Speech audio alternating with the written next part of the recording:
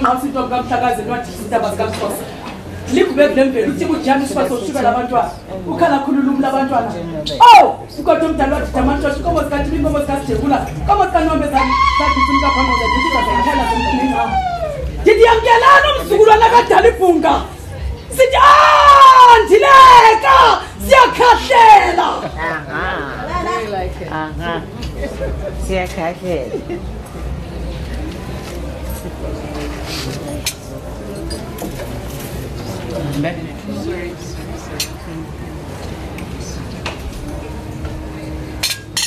Please be seated. I think that's, isn't it? Yeah. Please be seated. I think people should be asked to sit. May we rise for the national anthem? Oh, I am national.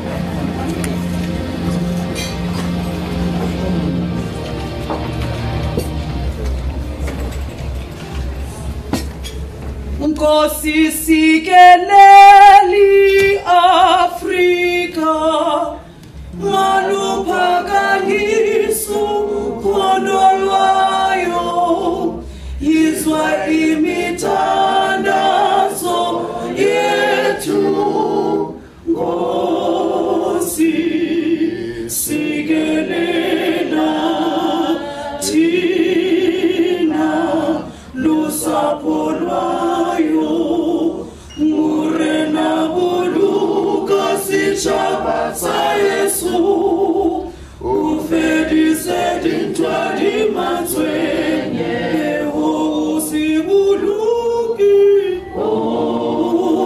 usibuluke sichaba sa Yesu sichaba sa South Africa, South Africa. 80 blow van onze hemel, 80 diepte van ons zee. Voor ons geberdes van die ganse antwoord geeft. Songs that come together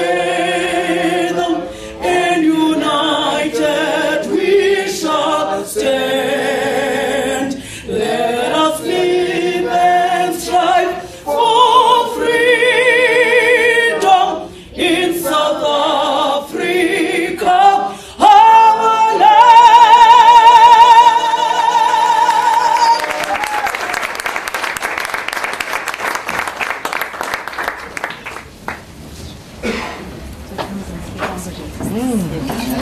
Yes.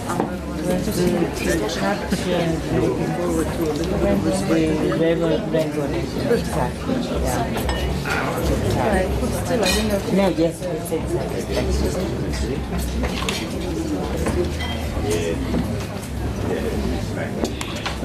How was that for a start? Not too bad, eh? I think that's really good. Jessica, I heard our minister calling you the people's poet. You've taken over the role, and very, very well. And what a poet you are. You're magnificent, and we couldn't have found a better person to sing us our national anthem this evening. Thank you. And thank you so much to all of you for being here this evening on what I think is promising to be a very auspicious occasion, an occasion that is, I hope, going to change the face of leadership on the continent. Yes, we're in South Africa, but this is something that I think is going to affect a lot of other countries around us, and I can't wait for everything to be unveiled. My name is Leanne Manus. I'm going to be your hostess, your MC, your program director. I never know what to call myself anymore, but all I know is I can call myself very proud for standing on this platform and being allowed the privilege to lead all of you here today. There are so many protocols I need to observe that I don't even know where to begin. So I'm not sure I'm going to begin, because we've got ministers, we've got ambassadors, we have first ladies, we have fathers, we have, you name it, we have them, doctors, everybody who's anybody is here this evening. And I think that just raises the status of all of us to being the dignitaries and very important people that are gathered in this room. Tonight we're going to witness something that is truly incredible. It is the launch of something that I think has been missing for a very, very long time, both in South Africa and on this continent. In fact, in this world, when we think of leaders and when we think of good leaders, it's almost like we have to look to those that have left us. And the first name that jumps into mind is this man that has brought us all together this evening, and that's Tata Nelson Mandela. Everybody thinks of him first when they think of a leader. Everybody craves for the days of when we had leaders of that caliber leading us. And unfortunately, they're very far and few between. And that's why this particular campaign that is about to be announced this evening, I suppose campaign is not really the right word to describe it, but we'll get all of the right jargon in a short while. But leading like Mandela is what we're going to unveil this evening. How it's going to work, I think you're going to love it. But one of the very big things that you need to know is that every single one of you in this room has to pledge to make this work. You've all been invited here for a specific reason, and that reason will be unveiled to you, but we need your help. Because right now it is in our hands, as Mandela always told us, to make a difference. And that's what we're going to do this evening. So I'm not going to waste too much time because we've got some unbelievable speakers and people that are here in our presence this evening. But there is no proper event without another song. So we've got somebody going to come up. I hope. There you are. We found, where is our next entertainment this evening? Are we ready to go? Good. Monty, please come and bless us with your beautiful voice before we get into all of the speeches this evening. Thank you. Please let's give him a round of applause.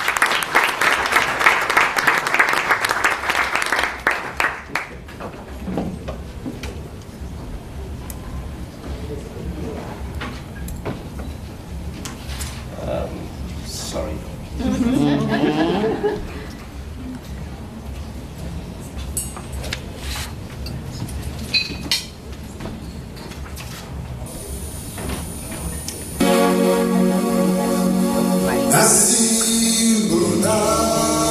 Mandela china laphe khona laphe hleli khona asimbonanga mbonanga uMandela china laphe khona laphe hleli khona.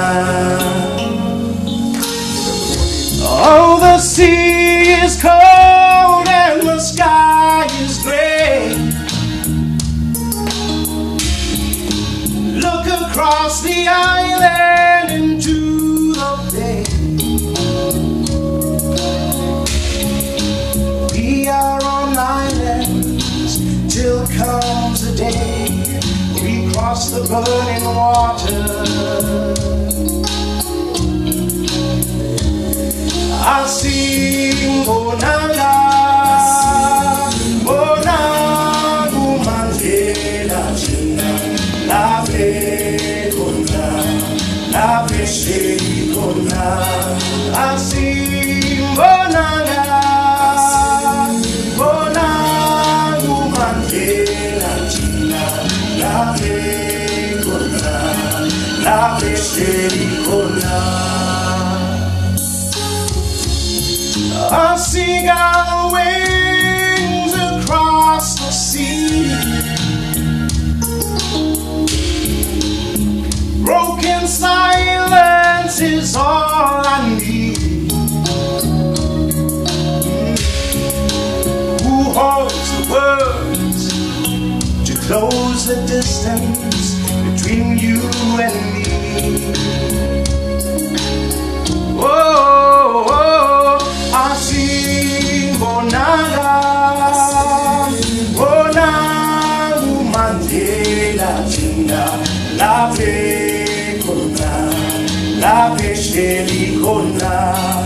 Asimbonanga yena mbonanga uMandela china laphe khona laphe hleli khona.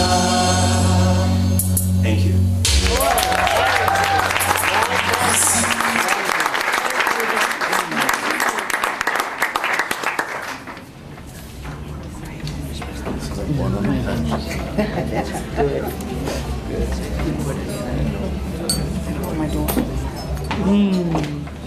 Ah, beautiful. You cannot have an event without that song, especially when it's, it just invokes that beautiful spirit of Tata back into the room. It's really beautiful. Thank you very, very much for that. Okay, so I have to share a little bit of a personal story because this is something that goes full circle. Mandela in 2012 launched a foundation, and this foundation was in honor of her late father, who died way too young in a car accident. But she decided she was going to launch this foundation in his name. Of course, Thembekile was the eldest son of our late great former President Nelson Mandela. He never got to go to his funeral. He died while he was incarcerated in Robben Island at the time, and I think he only found out a little bit later that his son had actually died, and he was never allowed out to go to the funeral. But all of that aside, the legacy of his son is being kept alive by his daughter. And I think it is so important that this name should be revered. It's one name that I think this leading like Mandela is going to succeed on, purely because of the dedication and the commitment that you as his daughter are showing. And so when I got the phone call in 2012 to assist with hosting an event for the launch of this, it was like something I jumped at. I said, it would be my honor, it would be amazing, please can I be there? And it happened, and this was in 2012.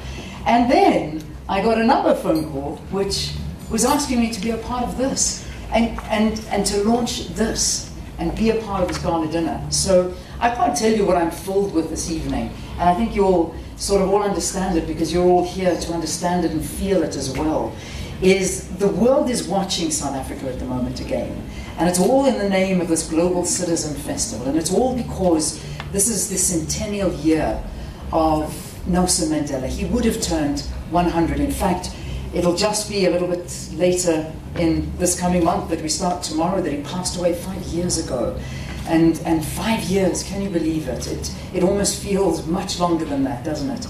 But we still remember him, and he still invokes as much power as he does in our lives. Can you imagine what it's like being the eldest granddaughter of this man? It must be an amazing feeling, but a sad feeling at the same time, because you never got to know him the way that we are spoiled with knowing our grandparents. But she still keeps that legacy alive, and we're so proud of her and honored to be included in this journey with you. So let's give her a round of applause.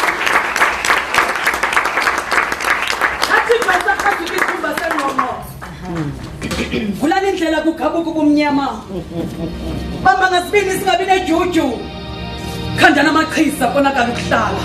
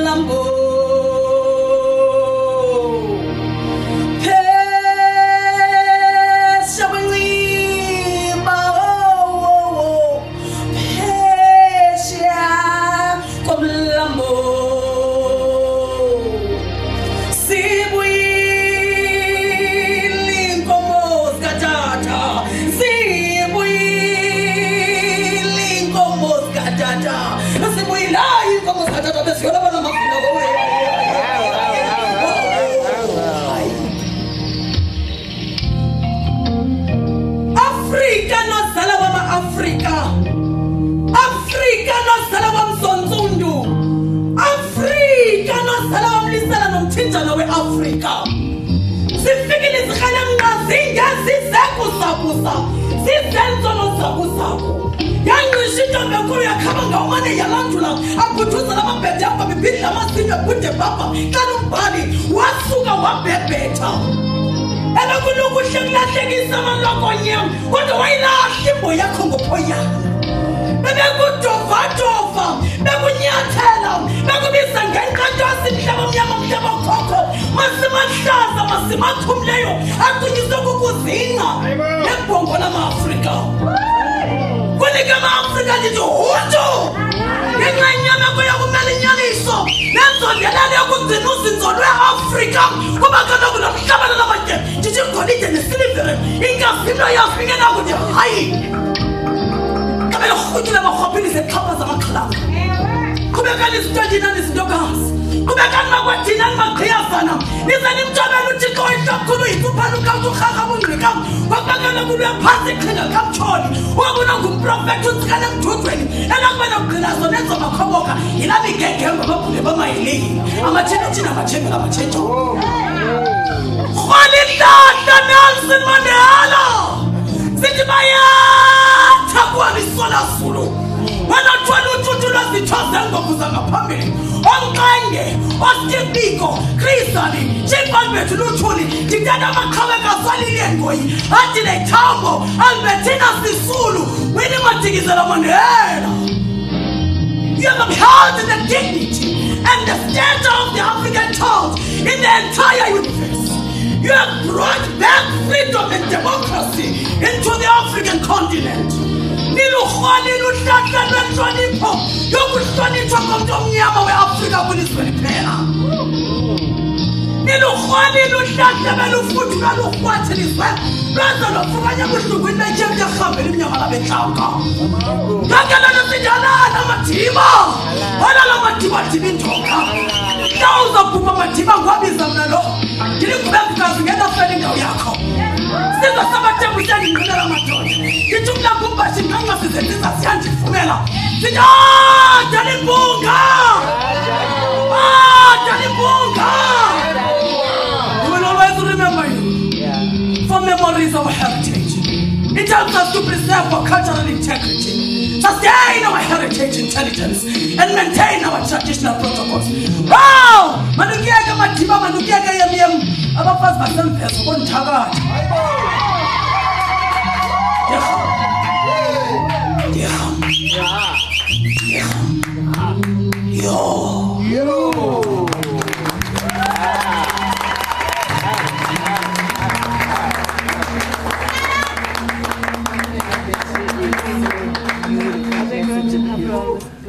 Madiba mde Madiba Diba indonga ngolomsila hambeli nendefuna kwamthixatha kaloku umzukulwana kaDalibunga undileka akabhinqanga nkangeleko nakujongeka kwakuba ebhinqile kodwa ubhinqile ubhinqa wasinqasengqondo ngenjongo yokugcina isidima nesithwazela somzomfundu ngatsho yemyem kambe kade kaloku kwanda kwalwa ngumthakathi bekuyizoloku ugqushalaza usiqingqela ikamveqaqambileyo amanqanaba wagqithile iminqantsa wayiqabela ungageleshanga semva kwaphela waqhoba wafohlela ngezikrweqe zenzondelelo yodade omkhulu namke siyathina siyatshotsha siyanqunqa The United Nations are indeed united. Ovitsho ndithi yimabhokwe ndincane.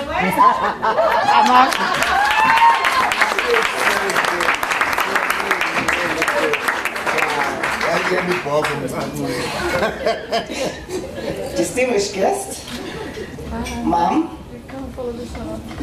my two big sisters, my big sister Mina and my big sister Miss Nalus, my uncle, Uncle Jeff, dear Bishop, my dear Bishop, Walid, all of you, all protocols observed. Thank you so much for honoring this occasion today. Leading like Mandela, throughout the ages and in all countries, men and women come and go. Some leave nothing behind. Others do leave something behind, the haunting memory of the evil deeds they committed against their fellow men. Still, others do leave the good works they do to improve the lives of all people. This is a quote from Granddad, Nelson Mandela. The time for Africa to rise has dawned. Ours is a great race, a noble race. We are holy and wondrous. All power is given to us, and this great truth is encoded and embedded deep within us to discover as the abundant precious minerals that lie deep within our lands. We are queens and kings with cosmic royal bloodlines, and we have been born with great destinies to fulfill. We are here to rule with love, power, and wisdom. Our kingdoms in Africa stretch as far as our mortal eyes can see. Mountains and oceans, great forests and surging rivers, teeming with life forms, sunshine and heavily starlit nights. It speaks of inner worlds and dimensions, great stories and powerful legacies. All of this and more is our heritage that is passed down and trusted to us by our great leaders before us. From the most ancient kingdoms, civilizations that sustained life for millennia and lived in harmony with the elements of our natural environment. The rolling plains, blessed with fertile soils in a beautiful symphony, courts the sunshines, swims with gurgling rivers, breathes the fresh African air to burst forth and brings and provides us with abundant crops, harvests that year after year sustain and grow our greatest treasure and assets, our people. Such is our kingdom in Africa. Yet our kingdom is in disarray, a continent in crisis, as most of our people live in poverty. Amongst these great treasures, a child who is meant to rise and lead and be a symbol of hope for future has fallen as infant mortality continues to rise. Each day the sun sets on children who will sleep in the streets in fear and exposed to the elements. Each day the sun sets as a mother's tears reveal her pain as she sees her children hungry. She hears their cries, and those feelings of hopelessness and despair well up within her heart, watching them wither away, their despair only to be replaced by the pain and grieving of burying her child who has died of hunger in this rich kingdom of ours we call Africa. Something is amiss. While we strive to alleviate this poverty and suffering, while we strive to harness the abundance that is our birthright, something is amiss.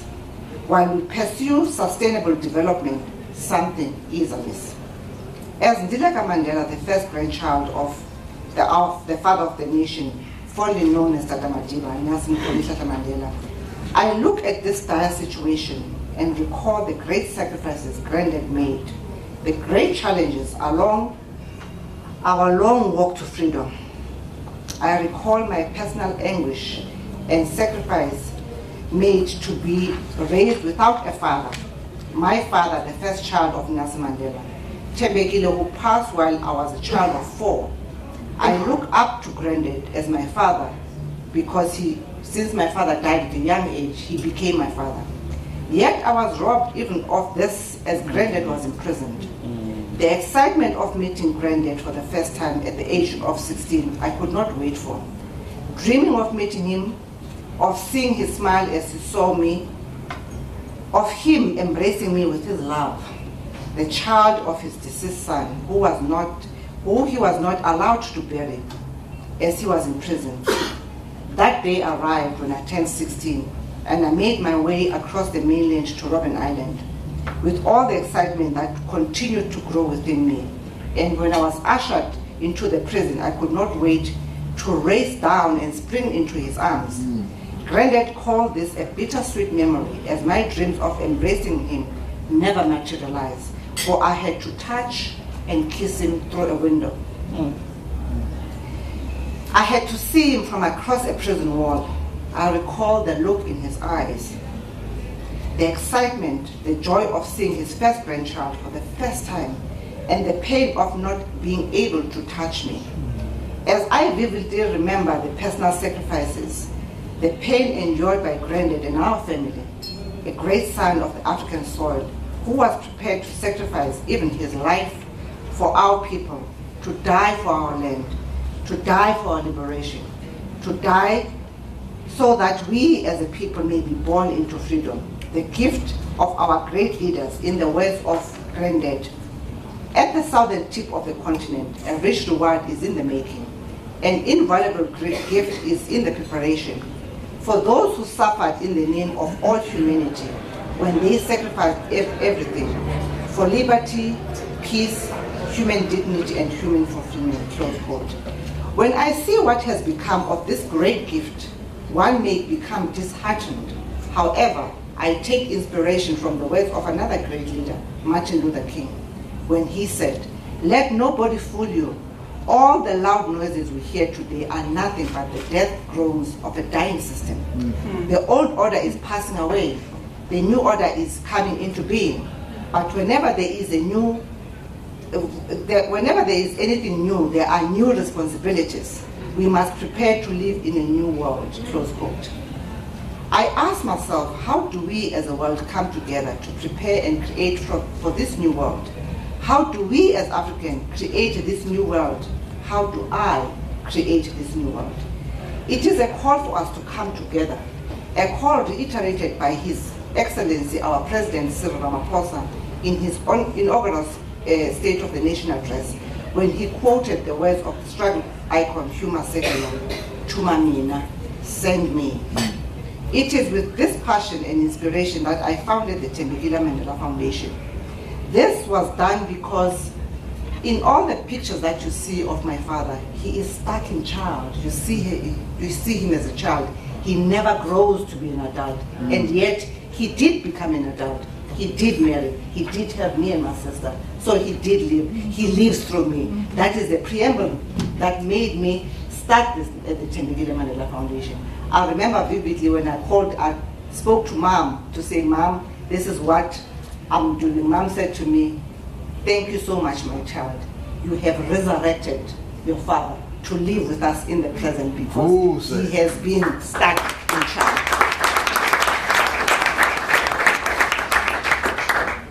In continuing the legacy and journey that was started by my grandfather, I founded the Thembekile Mandela Foundation to continue as a son and daughter continues a mother's and father's legacy.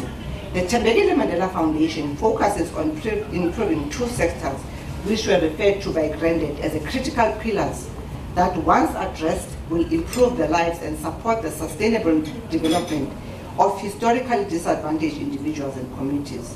That is effective education and healthcare. Now, okay. As Granddad has stated, education is the most powerful weapon to change the world. Studies confirm that we inherently know that at the core of sustainable development, sustainable development is effective governance and leadership. In the words of Granddad, it is clear that sustainability and moral leadership must go hand in hand. The alternative, cutthroat practices and sheer exploitation, inevitably leads to destruction of economic and social foundations. Rapacity brings about its demise, close quote.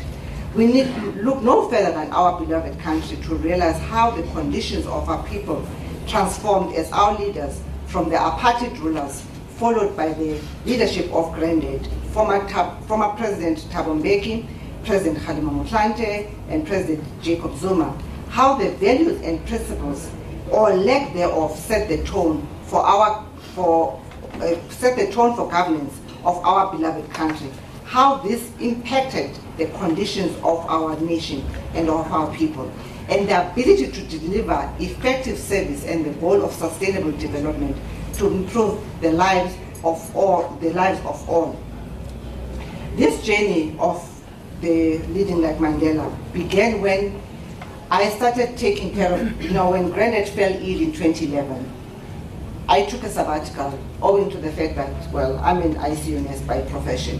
And by default, I became the liaison person between the family and the medical team. It was during this time that, I would spend time with Granddad and Mamgrasa in the Eastern Cape that the idea of the Leading Like Mandela started. Because if you look around, you'll see that Granddad it's more evident, especially when you travel, that how revered he is. And it's because of the leadership qualities that he possessed, and how then we began with Dr. Azam to say, how do we then take that and extrapolate these leadership qualities to impart, especially to the youth, because his type of leadership is a value-based leadership. How do we go back to the values that we have as society, to the values that we have as Africans, to be able to take us forward, because who we were is who we are today.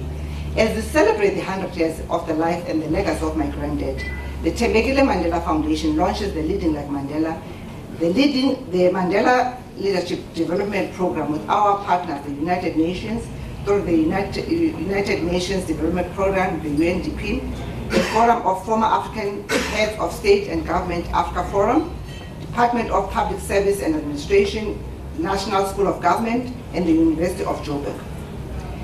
This program comes at a time when the country, indeed the continent, and in fact the world, calls out for great leaders, conscious leaders who selflessly strive to improve their lives and the lives of their people sustainably, ethically, and principle-based centered leaders who serve with the greater good, transformational leaders who will resolve the challenges we face today and create a better world for all. Leaders leading like Mandela, hence the term Leading Like Mandela, which will empower you with a deeper awareness and understanding of the leadership qualities and the characteristic of my granddad, Nelson Mandela, one of the most respected, iconic leaders the world has known. It has been rightly said that good leaders lead from inside. The privilege of true leadership is given to those whose energy derives from deep within, in the spiritual dimension of the self, rather than the managerial or technical expertise. Important as these are, leading from inside also means one's values and purposes are drawn from an intuitive understanding of the needs and expectations of the followers, knowing your own heart and personal motives. Before acting, a leader should reflect on what he or she does. This was expressed by Her Excellency, the Deputy Secretary General, Ms. Amina Mohammed, and to the United Nations represented here today by Her Excellency, the Deputy Secretary General, Ms. Amina Mohammed, my dear sister, the President Coordinator, Ms. Nados Bekal Thomas, Coordinator of the United Nations of South Africa, Mr. Walid Badawi, Director UNDP. I am reminded of Granddad's inaugural address at the UN General Assembly in 1994, at the dawn of South Africa's democracy. I quote, "We stand here today to salute the United Nations organization and its member states, both singly and collectively, for joining forces with the masses of our people in a common struggle that has brought about emancipation and pushed back the frontiers of racism. The incontrovertible truth is that the victory over apartheid, the success of the cause of democracy, non-racial and non-sexism in our country belong as much to our people as it does to the United Nations." Close quote. To our partners, the youth, the United Nations, the Africa Forum, University of Johannesburg, National School of Government, the Department of Public Service Administration, I thank you for your commitment to Leading Like Mandela. We've got agreements with the UJ to roll out what we call intergenerational dialogue, because that is important. The wisdom, the pearls of wisdom that come from the older generation, meshed with the youth of today that subscribe to the fourth industrial revolution. This two needs to be bridged. That's why we will have dialogues of the intergenerational dialogues. In closing, I would like to quote Granddad when he said, "Action without vision is only passing time. Vision without action is merely daydreaming. But vision with action can change the world." I thank you.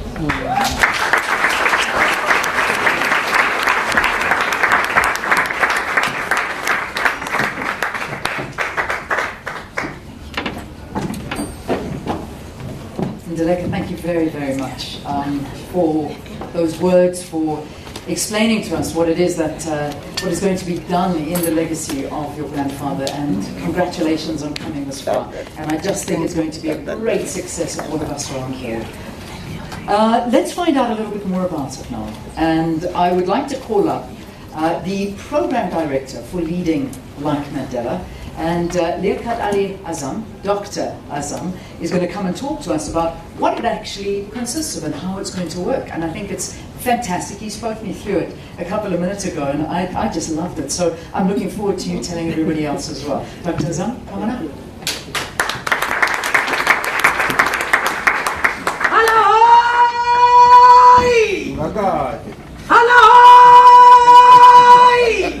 Hello, home, home.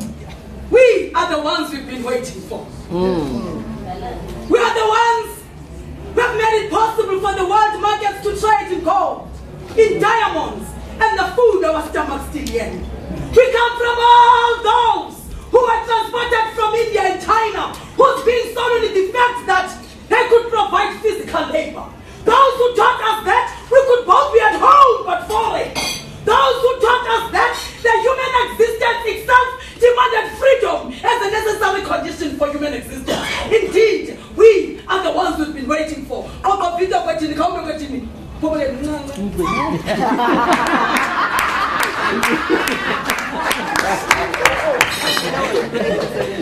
Thank you, my dear sister Jessica.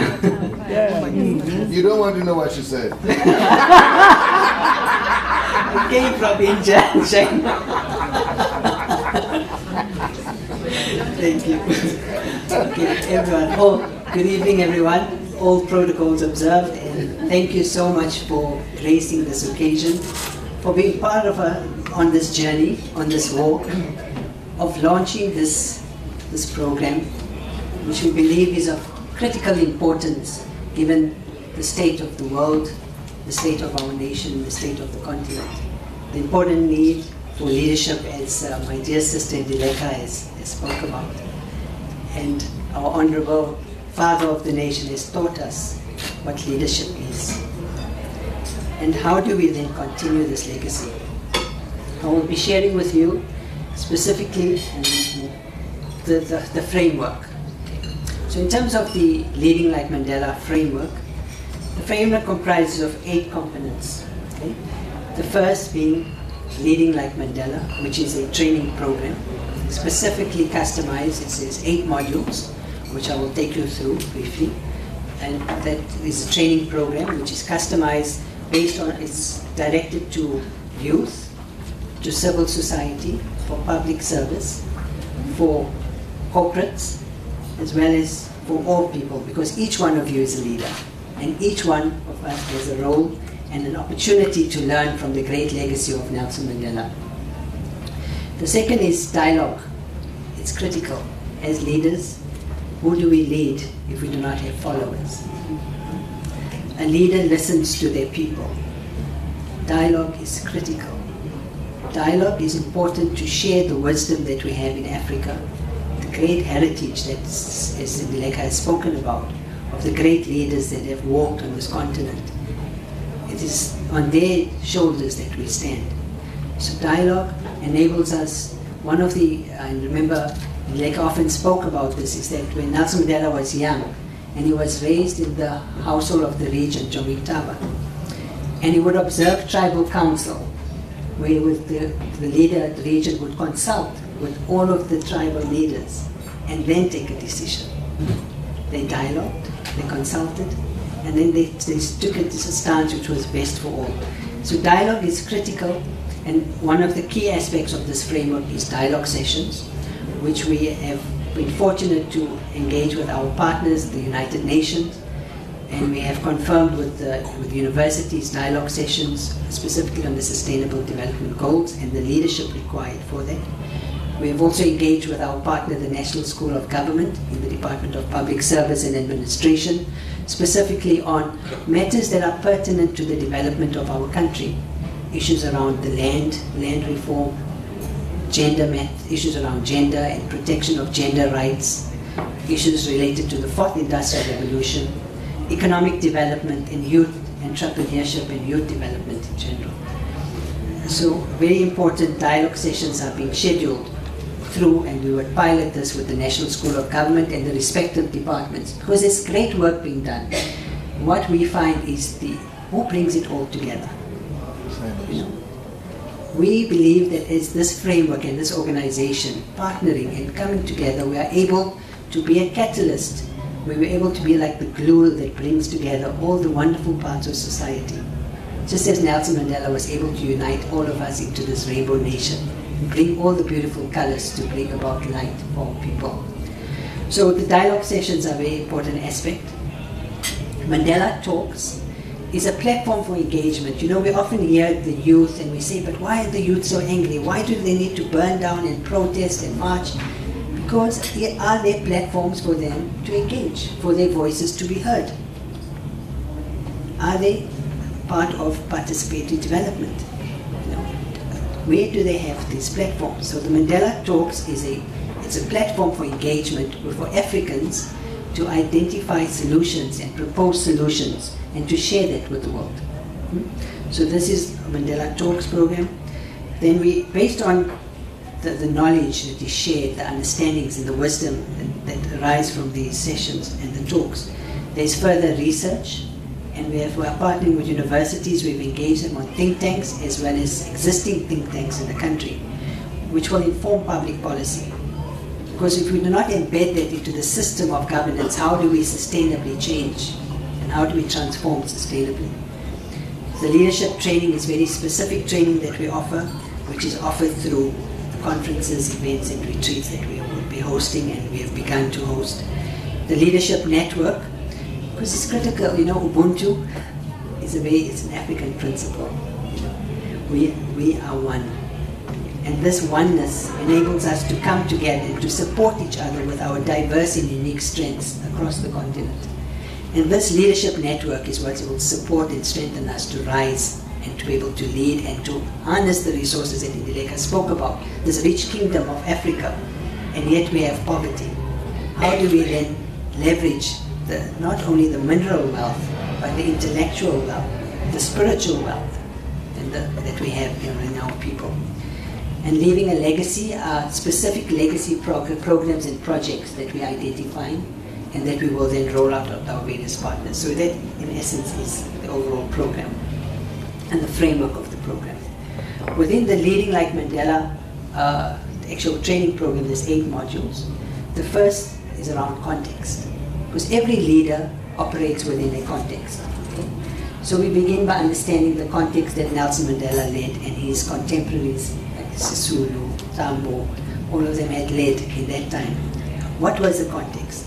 The youth of today have a different context. They may not understand the context that our fathers and mothers led and that they faced. It's very important. So the very critical aspect of this training is understanding the context in which we operate as leaders and to understand your role in that particular context. As Nelson Mandela said, it's important to know thyself. And my quote from Nelson Mandela, he says that seek inside yourself. As Indileka said, good leaders lead from the inside. It's a quote from Nelson Mandela. And he says that one knows you need to know your own heart and personal motives. Reflect on what he or she believes. That is within the aspect of knowing thyself. And when we talk about know thyself, you know, there's always been, in certain parts of the world and in the system that is finding itself being done, is that there was always a dichotomy between science and spirituality. Mm-hmm. And yet in Africa, that was always part of one. Absolutely. Yeah. And this is what we have to share with the world. You know, the true power, as Nelson Mandela said, is in the spirit of the person. And as important as the intellectual and the mental capacities are, the greatest power is in the spirit. So how do we unlock and unleash that if you do not know it? How do you harness that if you do not understand it? So this is a very important aspect of knowing thyself first. The second is, as we get to know ourselves greater, it's important to lead thyself, because all power that you wield has responsibility. You know, you do not give a dangerous weapon to someone who is not trained in that.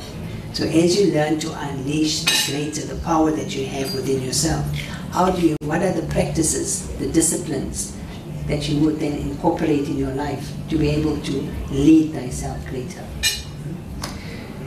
As we lead ourselves greater, we begin to know the environment, because we lead within an environment in the context. But knowing your environment is critical. What are the needs? And that's why dialogue is very important. Listening to your people, speaking to your people, being accessible. And through knowing the environment, we begin to lead the environment. So here we teach practices, best practices on how to lead. Knowing the world through travel, through dialogue, through research, through networking is important because we live in a greater world. This is a matter that Nelson Mandela was very well aware of. Hence he became a global leader. Nelson Mandela's leadership role and profile is an archetype of a leader that is a global, universal leader. A leader who, as we move to an age of integration, and we are seeing this through globalization, the impacts of the world, what happens in one part of the world affects the rest. A leader as Nelson Mandela saw this oneness, and hence he was able to lead as that. So this integrated leadership aspect is very important in knowing yourself and your world. And as you begin to grow as a leader, one needs to be mindful of the power that you have. What is the power that you wield? How often do you take to reflect? And here I'm going to quote Nelson Mandela again, where he says, before acting, a leader should reflect.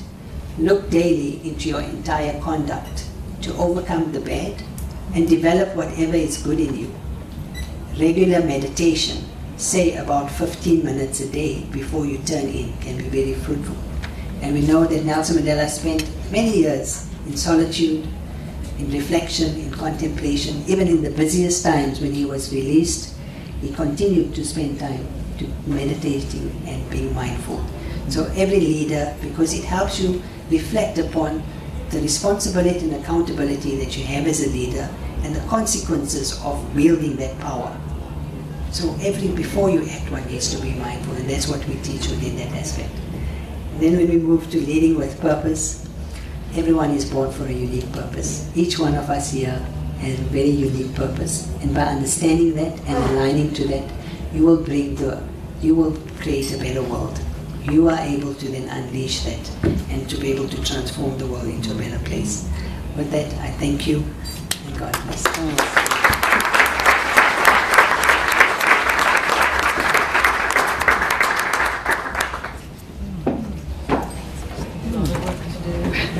Thank you very much, Dr. Azam. Thank you for talking us through what it's all going to entail. Thank you. So this year, there has been so much that's happened. In fact, I was sitting down and trying to just go over my head what has been planned in this year, the centennial year of Nelson Mandela. And it's just been an incredible year to look back at and think of the people that have visited us, the events that have happened, the attention that South Africa has once again gotten from the whole entire world has just been wonderful. But it's a momentum that we need to keep up, and we need to keep on growing and growing with all of that. We've had former presidents coming and talking to us, Barack Obama, it was amazing. Yesterday we had the privilege of all sitting in the audience with Oprah Winfrey addressing us, and of course Mama Grasa. Can I share a secret with you? You stole the show. You know that. You went up to thank her and stole the show. I mean, that's got to tell you something. It was wow. I sat there and it was one of the nicest days of my life. But it's been incredible. It has been amazing. And the Honourable Minister, Jeff Radebe, has actually had the role of being the chairperson of the Interministerial Committee on the centenaries of former Nelson Mandela and Ma Albertina Sisulu. You know, it's very difficult to not bring up Albertina Sisulu at the same time, because two legends that have done so much for us, both would have turned 100 in this year. So it's been a great task that has been bestowed on you, and I think you've done an unbelievable job. And we thank you for the work that you have done on remembering their legacies. Thank you.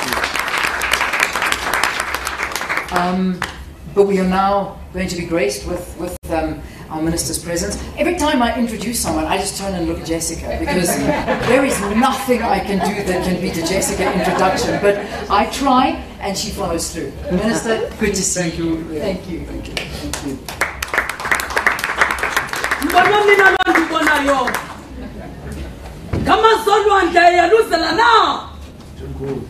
Hi. Hinyi bibi jaja mekaka mlewe ngabene zikhotyeni ngaphakathi kwamalwalwa kusini na. Hayi. Isithathapo thilinda ngokhiveli. Hinyi bibi jaja mekaka mlewe ngabene zikhotyeni ngaphakathi kwamalwalwa kusini na. Hayi. Kumthimkhu. Ubhunga. Undlebeke zonke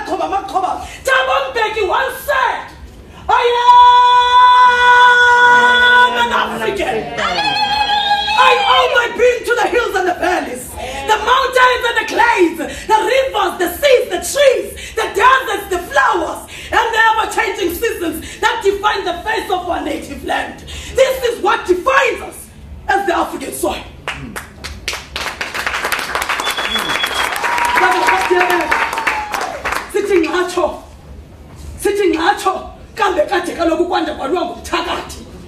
You are the gold. You are the regional gold. You are the continental gold. You are the global gold. You are the divine gold. Yes, I'm sugar. At the ancient times of Egypt, when the oldest gold artifact dating 1352 BC to the ancient golden rhino of Mapuku were found in the royal graves of African kings and queens, to all the astronauts that explore global planets with courage and resilience, Tinatosa Syosotukakato, Mubakaloku Leto Jaroto, Atamakos Copper, Sita Gasolaso, Esmetokungu Gesifa, Akola Kukumbelati, Espina Yosef Tretroyo, Eskena Gesitu Shala, City Coco Vito Quetin, Yimapoquetin. Wow. Thank you, people's poet. It's an exciting evening. The director of the program, Leanne. There's also another director of the program, Mr. Ali Azam. The CEO of the Tembegile. I'm thinking of Chris Hani at the same time. Mandela Foundation, Ms. Nilega Mandela. My mom, Mam Grasa Machel, my colleague, United Nations Deputy Secretary General Amina Mohammed, whom we once shared the platform at the Global Citizen Festival on Central Park about 2-3 years ago, and all protocol observed. I've been very honored to be invited by the Tembegile Mandela Foundation in collaboration with the Mandela Leadership Development Program, which has partnered with the United Nations Development Program, the UNDP, the Forum of Former Heads of Government and State, the African Forum, the National School of Government, as we have held, as well as the University of Johannesburg, to offer my reflections on my short yet very rewarding journey with President Mandela. The challenge with telling a compelling Mandela story is one of choice. Each speaker is caught in a dilemma of choosing a story. Of Mandela as a politician, Mandela the loving husband, Mandela the revolutionary, Mandela the soldier, Mandela the reconciler, or Mandela the sportsman. Each of these sub-narratives would need a consolidation into multi-volume tongues of a man so revered by the whole world. I admit this early that my narrative of Mandela will never be adequate to describe the man I came to respect very dearly. Mandela was both my leader on Robben Island, my president of the African National Congress and in government, and my hero. And I have continued to praise as having made a very indelible mark on my life. This initiative, Mandela, could not have come at a better time than the present, when the world of multilateralism, which Mandela warmly embraced, is moving towards becoming uncertain. Indeed, as we speak, in Buenos Aires, Argentina, a new world order may arise. It is therefore opportune to look at Mandela's leadership style in light of these challenging times, and then decide from his leadership legacy whether the world cannot take a leaf and recraft a world in a manner that ensures the equality that Mandela envisaged, the end of poverty that Mandela wished for, the sustenance of global peace Mandela yearned for. Mandela taught many of us in the African National Congress the value of humility. We never doubted that Mandela was a leader cut above many others, not only in South Africa, but in the world. It was, however, a mammoth undertaking to convince him that he was such, because he saw himself as a very humble servant of his people. His posture disarmed many who would have taken the opportunity given to lead our people to their own heads. He grounded us in his deep philosophy that whatever we did, it was not for our own personal benefit, but for the people as a whole. Although beautification in religious persuasions that practice it is a very rigorous and arduous process, there were many in the world who thought that Mandela was a saint or a person living close to being one. But it was Mandela himself who persuaded those by telling the whole world that he too was not a saint, and given to weaknesses of all humans, he too could and did make mistakes. His admission that he too could make mistakes gave many of us as young leaders then, who idolized him, never to be afraid to take decisions and make mistakes. It has indeed turned out to be a lesson of life that those who succeed are those who are not afraid to make decisions and make mistakes. Mandela's long incarceration and how he forgave his jailers will dominate the almanacs of history for a very long time to come. But there's another line to this long incarceration which is overshadowed by his forgiveness. Mandela was able to inspire global political activism within the confines of that impenetrable Robben Island prison walls. Numerous activist groups and anti-apartheid movement across the globe rose up to demand that he be freed. In their own jurisdictions, these activists graduated from being leaders and politicians in their own right. Mandela was not a leader who would ask his followers to do what he could not do himself. He led from the front, offering himself as a volunteer-in-chief in 1952 Defiance Campaign and as a commander-in-chief of the People's Army in Umkhonto weSizwe in 1961. I am reminded of many leaders who command from the safety of their headquarters. As the country tipped towards a full civil war, a Mandela who wanted to go into the cauldrons of apartheid state-sponsored conflicts could only be restrained by his own security officials. At times he overruled them, not just to place his own life in danger, but to show that his was one amongst his suffering people. President Mandela came to present the opposite sides of politics, of peace and war. Growing up in the ANC, that had wanted to achieve its objectives through peaceful means since its inauguration in 1912, he temporarily set aside the suffering of his people through the series of 9 so-called frontier wars that Bishop Mpumlwane will know in the Eastern Cape over the period of 100 years. He embraced the peace of the organization that he had joined, but when the time came for an end of the peaceful representation to the apartheid authorities, the radicalism of the Youth League that he had joined and subsequent Umkhonto weSizwe that he led showed that he was a peaceful man who could assume a militant posture. Fast forward to 1990. Mandela was at the forefront of calling on all South Africans to lay down their arms to give peace a chance. He was a soldier who knew the value of peace.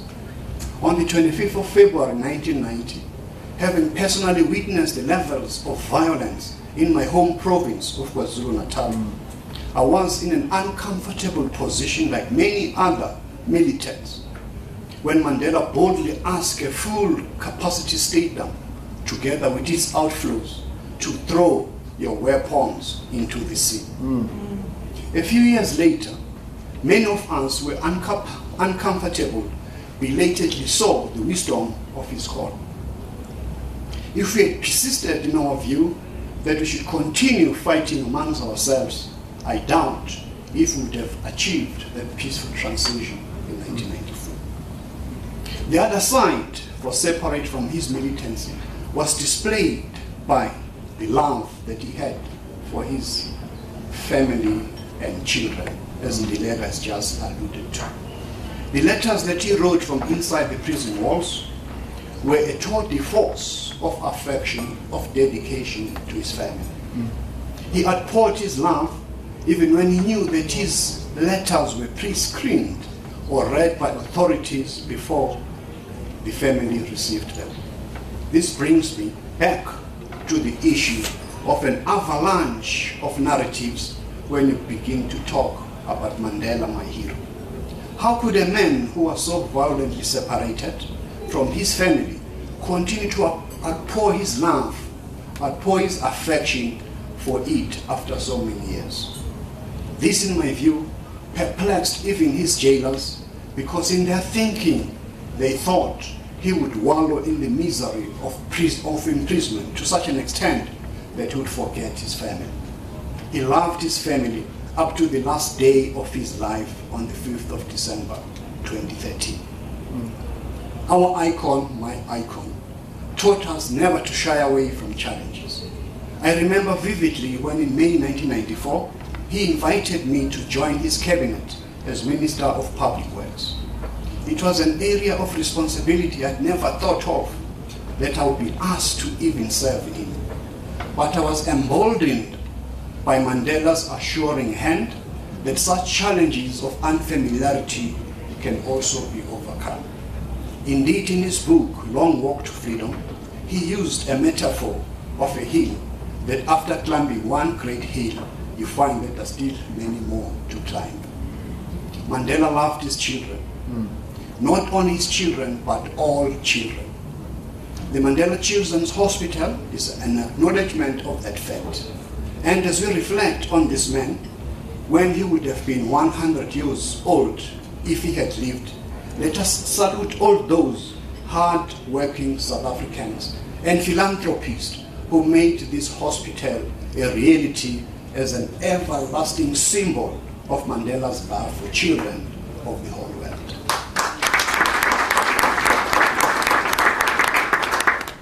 Mandela, our icon, taught South Africans Cause 101 in disarming your adversaries, as most white people were then.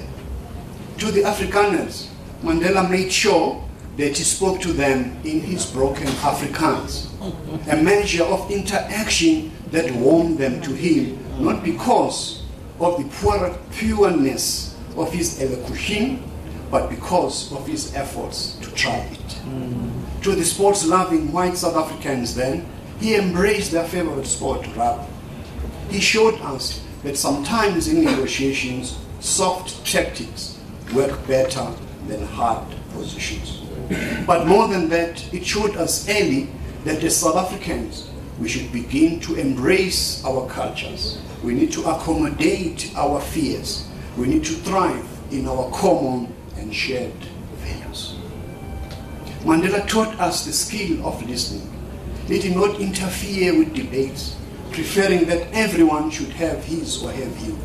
He allowed himself to be persuaded, but not by emotions, but by the power of the argument.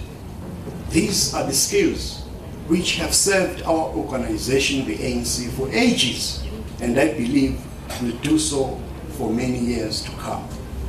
As I conclude, I wish to state that we need Mandela now more than ever before. We need his steady hand at managing diverse and conflicting views. We need his embrace of women into positions of authority that Oprah Winfrey observed yesterday. We need to love our children more. We need him to end the violence against women.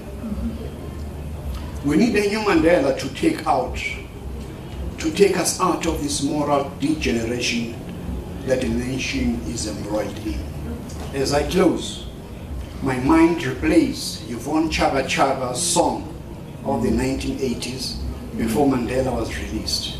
We miss you, Mandela. Where are you? I think.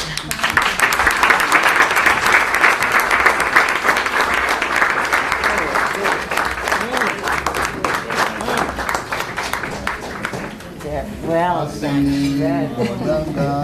Where are you?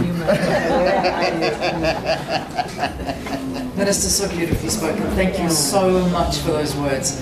It's amazing when you ask the question, where is Mandela? I think we got the answer yesterday from Oprah herself. He's living in all of us, but we just got to find that good in us and live like he lived. I know, it's not that simple, but we can try. We can try. Minister, another question about that petrol price. When are you gonna? We're waiting. I've signed today. Did you say 2 rand? Signed today. 2 rand 15, 2.50. In the name of Mandela. In the name of Mandela.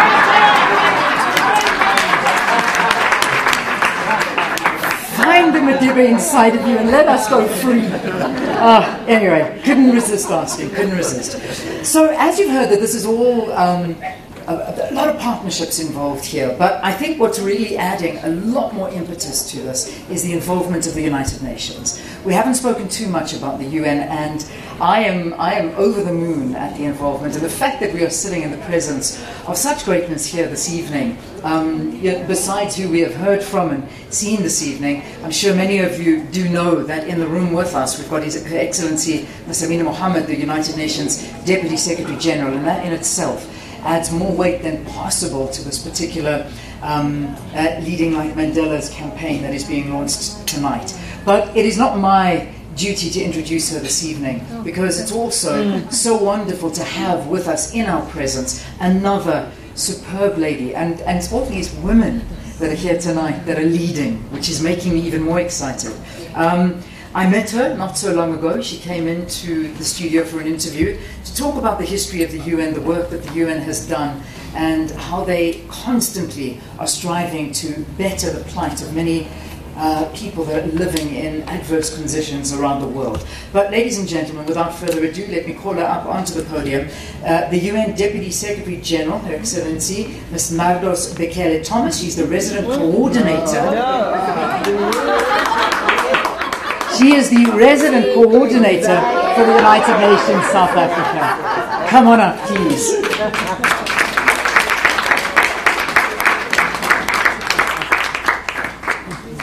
I hope Jessica doesn't steal your job. She may come up here and talk as well. Thank you very much, Program Director, Honorable Minister, my dear sister, my mentor, Mama Grasa, my other dear sister, my boss. For now. And my younger sister, of course, Mandela, my bishop, my colleagues, Lakat, the brain of this whole thing, ambassadors present here, the young people in the room, distinguished guests, ladies and gentlemen. Well, I am told just to introduce, and that is exactly what I am going to do, because there were many speakers before me, actually, who highlighted, who echoed, who talked about the real values of Nelson Mandela, our icon. Today, throughout the day, actually, my boss, the Deputy Secretary General, was asking me, and she was saying, listen, everybody is talking about Mandela, but we need, about the legacy of Mandela, but we need to walk the talk. And actually, this program is about walking the talk. Today is the day when we are going to recognize the fact, like you said, Your Honorable Minister, that values are at their bottom all over the globe, and we need a resurrection. Today is a commitment. It's a day to stop talking and walking. To deliver tonight's keynote address is a legendary leader herself, the Deputy Secretary General of the United Nations. She was Minister of Environment, of the Federal Republic of Nigeria, where she steered the country's efforts on climate action, protecting the natural environment, and conserving resources for sustainable development. Prior to this, she served as special advisor to Secretary General Ban Ki-moon on post-2015 development planning, where she was instrumental in bringing about the 2030 Agenda for Sustainable Development and its goals.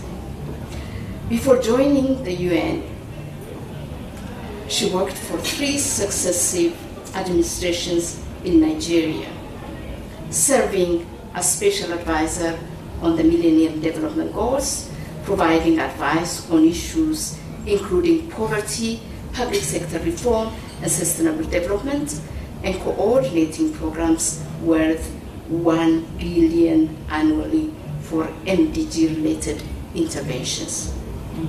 She's also professor in development practice at Columbia University and served on numerous international advisory boards and panels, including the UN Secretary General Side Panel on Post-2015 Development Agenda, the Independent Expert Advisory Group on the Data Revolution for Sustainable Development, the Global Development Program of the Bill and Melinda Gates Foundation, the Africa Women's Millennium Initiative, Girl Effect, 2016 African Union Reform, and the ActionAid International Right to Education Project.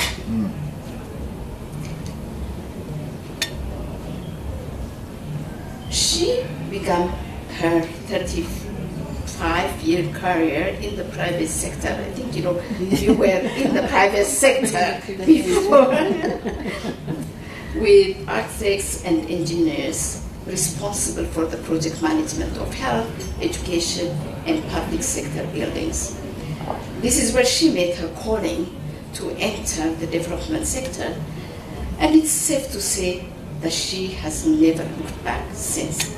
I've known her, she's so passionate about development, and passionate, deep, passion and profound passion.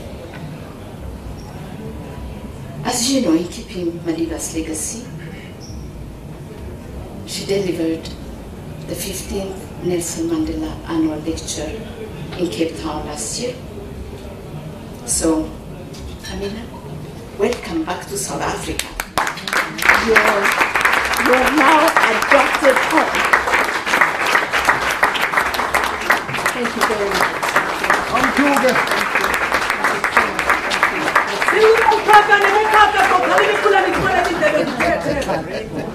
Situation and zitwangube baba lumsila namanqina madoda iwile ihlabile ibinzile imbokodo ayikole usila kujala kufuza kusala kufuthwe ikhathi zovela indlu kaAfrika ikhathi longeleva sithi ngatsho mazembele mde mazemabela bhongile kunqanqisa indwadunge nenketha mazeliliswe mind hold of generations redeem and release of humankind from stumbling blocks and obstacles of our daily living. Woman about dispensations. Oh! To God of truth, love and peace, conceiving it in your righteous heart, giving back to the life-giving pioneers by not accepting any discrimination, but leading us towards leading like Nelson Mandela.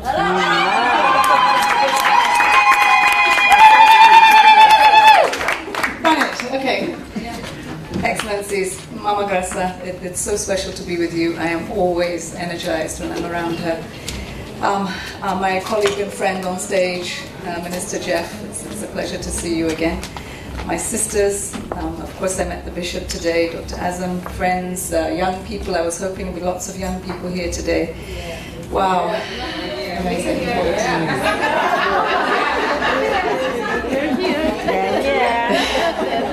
Okay, so I have this job to do to finish, and I imagine I'm standing between you and dinner. But it's been such a hard act to follow. I was listening to my sisters. It's incredible in Nigeria. Our town criers are men. And we've just proved that we're going to overturn town crier men to women. But I think much more special really has Minister Jeff has just reminded us that the world is not in a good place. And really we have an opportunity to dig deep and to decide to craft that future, not be decided for us by just a few people who are about what they want and not the needs of the people around the world. And it's really important that we don't keep silent, that we do stand up for what we believe in. So it's a real pleasure for me to join you today to launch the Leading Like Mandela initiative, which will provide us a really strong platform for development and intergenerational dialogue, and that intergenerational is so important. There is the wisdom of those who've experienced, and then there is, of course, the energy and the aspirations of the vision of those going forward. That intergenerational dialogue must happen. But it must happen on the concept of African leadership. We must not cut and paste others. It can be informed, but it must be our leadership, leadership of excellence, and we certainly have had a model for that. We must now honor the legacy of Madiba, not just with the talk, which is important. You should never underestimate the talk. That dialogue, that talk is incredibly important. But what is even better is the actions that you take with the courage of conviction, to be really brave about it and to know that it isn't easy and it doesn't happen overnight, and it is about a journey, and he told us about that long walk. So it's an even longer walk for some of us, but it is a walk, it is a journey, and it is about each step that you put forward. I'd like to acknowledge and congratulate you. I wanted to, you know, this name sounds very Igbo from where I come from, so I was trying to go Hindi, but Ndileka Mandela, for having the courage and the foresight, you know, to put this forward, that we can build on something, that we can have a vehicle, because often people are looking for those vehicles to take that journey. Imagine a wonderful initiative. As you may be aware, this year in the General Assembly, we unveiled a statue honoring Madiba. And he had that signature pose where he reaches out. And I will say that here, it is important that I've used it. We've been doing reforms for 2 years in the United Nations, and anyone who knows how difficult it is to tackle international bureaucracy, I have this sign that said it always seems impossible until it's done. And that's what happened. It was done this year. So again, taking from the leadership of where you never give up, because the hope that you keep alive will allow other generations to thrive. And that's what's really important for us. So his statue every day gives us a reminder of the inspiration that he was, and that he still is in the work that we do. As we mark the centenary, we're compelled to really reflect, and we've heard this evening from the previous speakers, on what sort of leadership we are looking for the 21st century. And there's no one size fits all. Every situation begets a certain type of response, a certain type of leadership for the day. And you never know where it comes from. But as we said, dig deep and do it from the inside out. Leadership that will steer us really to deliver on the Sustainable Development Goals. And they're not just another 17 goals off the 8 MDGs. It took us 4 years to craft them. And the ambition that was given to these goals was actually by African youth. When we asked about the world we want to the whole world, our global village, the loudest voice, the most ambitious voice came from young people in Africa. So this is your agenda. It's not the UN. It really is your agenda. It puts people really at the center, and that's what we had hoped. It reminds us that we live in a world that is our home, and that because we have gone a little too far to the wants that we really have focused on, the greed. We want everything, but we can't live with what we need. That's put us in jeopardy. That's what's really caused climate change that is man-made, and so we do have the wherewithal to address it. But today, leadership that is needed needs to be fearless, selfless, bold, yet humble. It needs to be a leadership that models itself on mutual respect, on compassion, on integrity, understanding, and above all, forgiveness. Leadership that puts people at the center of its service to humanity, and honors people with dignity. And we heard today how far language goes in helping us to heal, in helping us to communicate, in helping us to move forward. These are all qualities that were embodied by Madiba, and they remain as urgent as ever. So as we honor the late Kofi Annan described Madiba, particular and exceptional example of his generation of leaders, we should interrogate our governance systems. We should indeed interrogate all our ways of working as we face the tests of our time.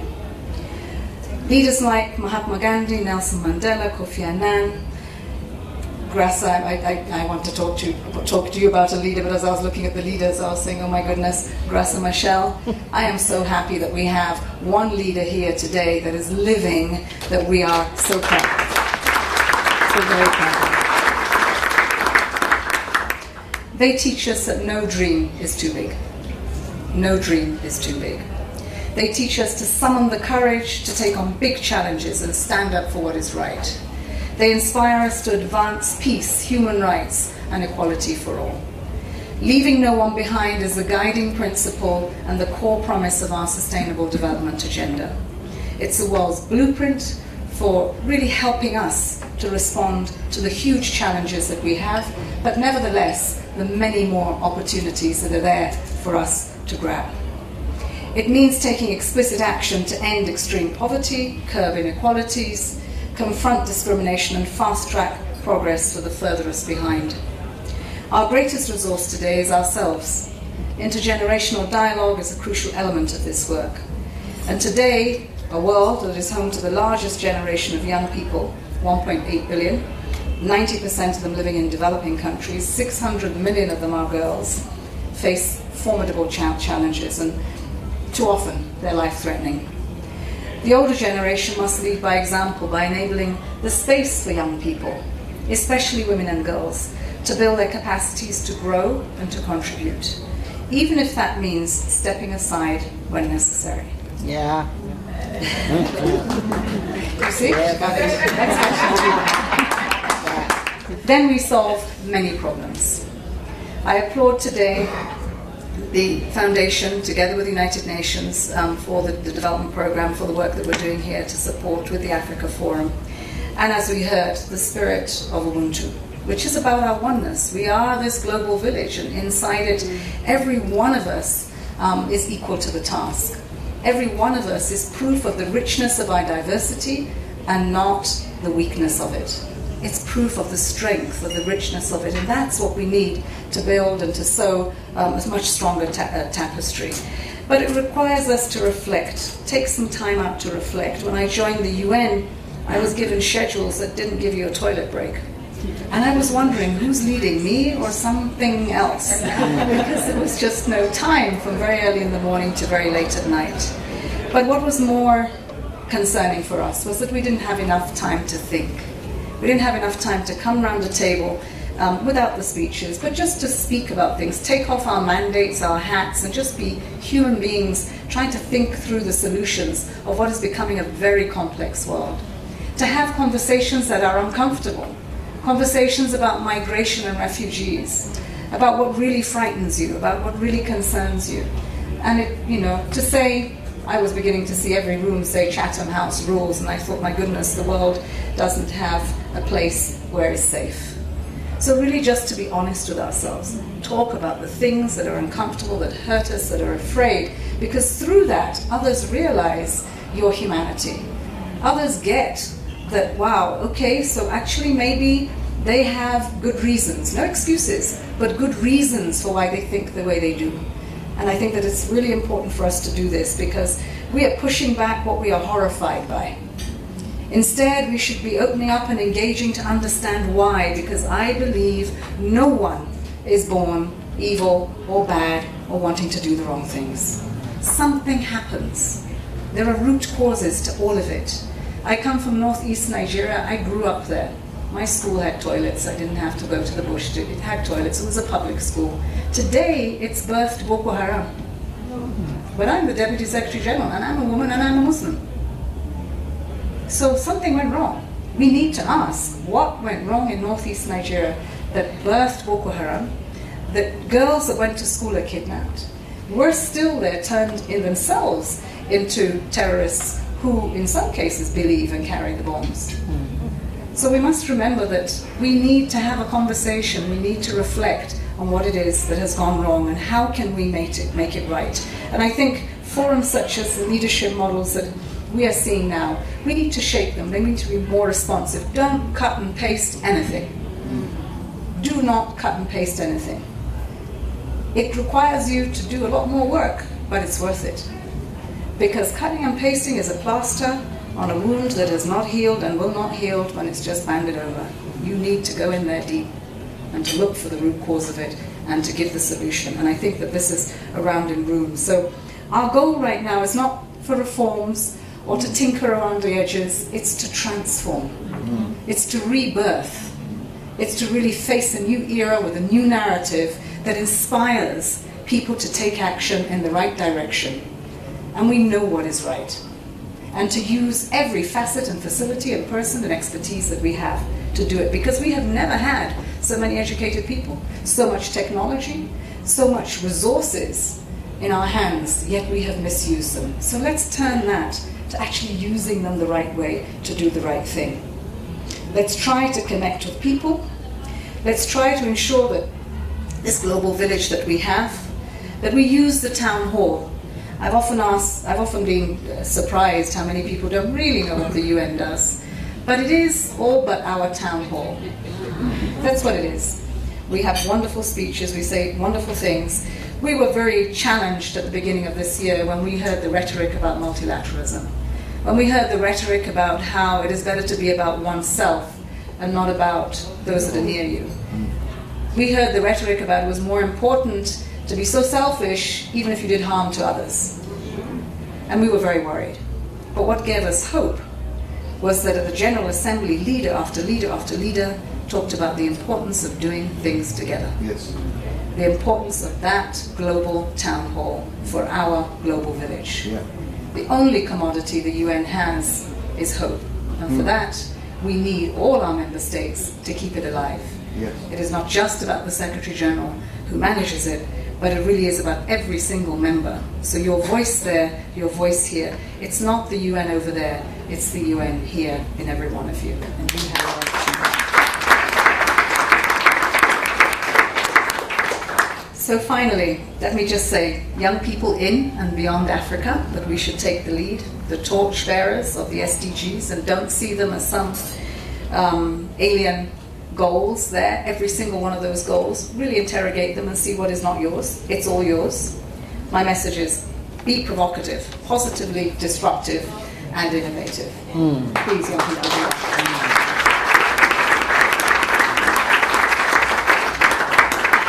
Show the world that meaningful youth participation and leadership looks what it looks like as we strive to achieve peace, sustainability, prosperity. Show us what it looks like, because this is your future, not tomorrow, today. Constructively contribute to everything you do. Don't wait to be told what to do. You've got enough facilities and you know where the shoe is pinching you. So get up and take action.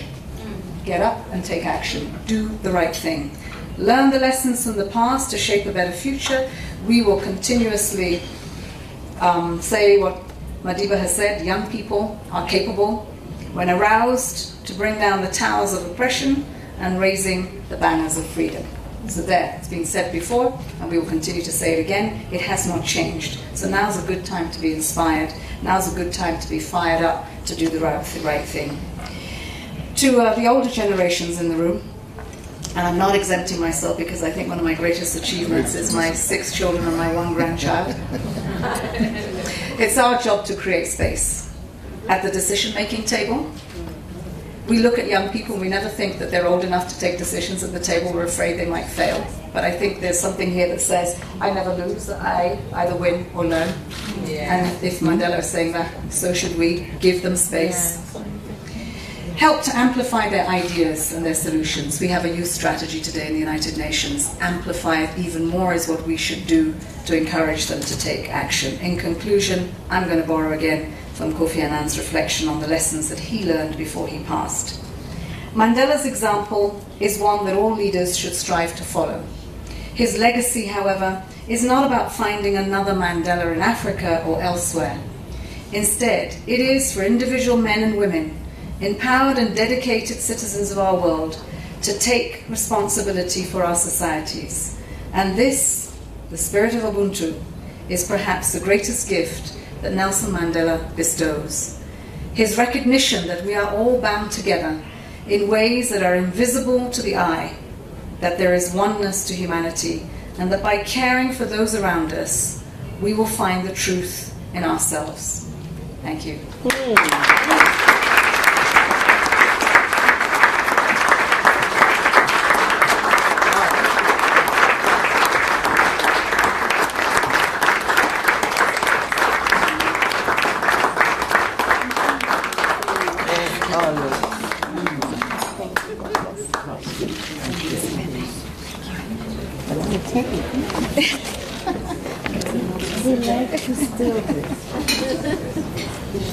Sure. I'm not sure what to say. I mean, that was just absolutely powerful. And there is nothing for me to say. I think you've said it all. Wow, wow, wow. Absolutely incredible to listen to you. I could listen to you all day.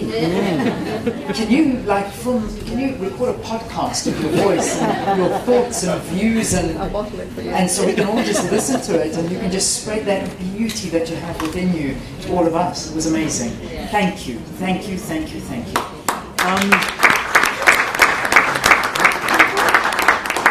There are two more things we need to do that we're going to get through. But before we actually go ahead and launch the whole Leading Like Mandela, we've got a beautiful launch planned. I want to call up Mangrasa Michelle, if that's fine with you, just to come and say a few words before we do that. Wow.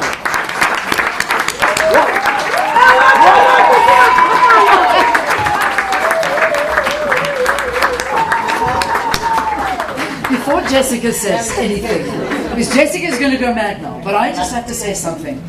Yeah, yesterday I only thought I had one mother, and you did something inside of me yesterday that made me feel I have more than one mother, and you've taken over that role as the mother of this nation, and I thank you. And I think more than just the mother of South Africa, but of the continent. Thank you.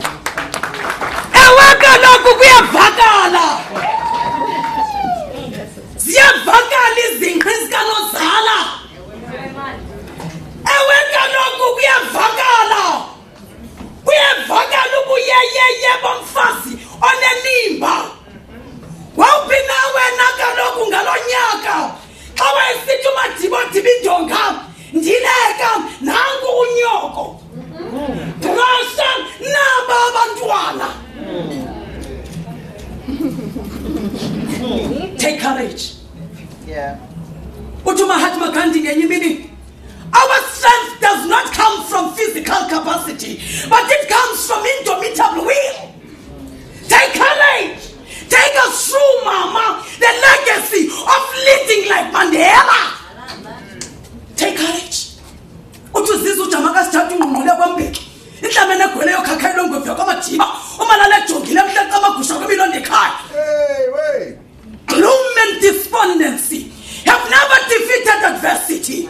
We should not be despondent when the weather is bad. Not become triumphant because the sun shines. For our strength as people is not tested during the best of times. Trying times need courage and resilience. Take courage, Mama. Dig that hive of prestigious wisdom and knowledge and take us through the journey of the great leader, the real chief of Abatembu, Mveso, the global icon, the longest political prisoner in the world, Nelson Mandela, the first black president of South Africa, Nelson Mandela. Take us through, Mama. Let's get there. Izihlazeke ingqiqo liqaqamba ikamva labantwana besizwe sakwethu bantu kuyeka abafazi basendawo bokuthakatha ngehama.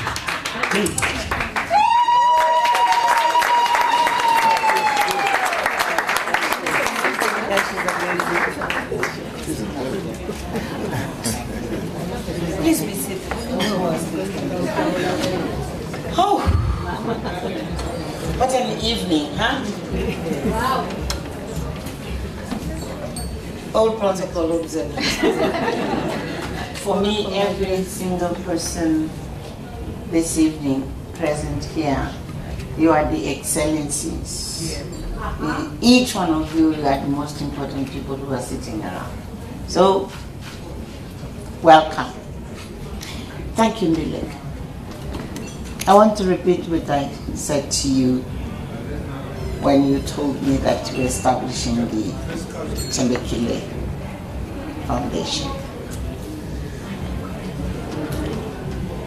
You took the responsibility as the eldest grandchild of our family to say no one in our family is to die and be forgotten.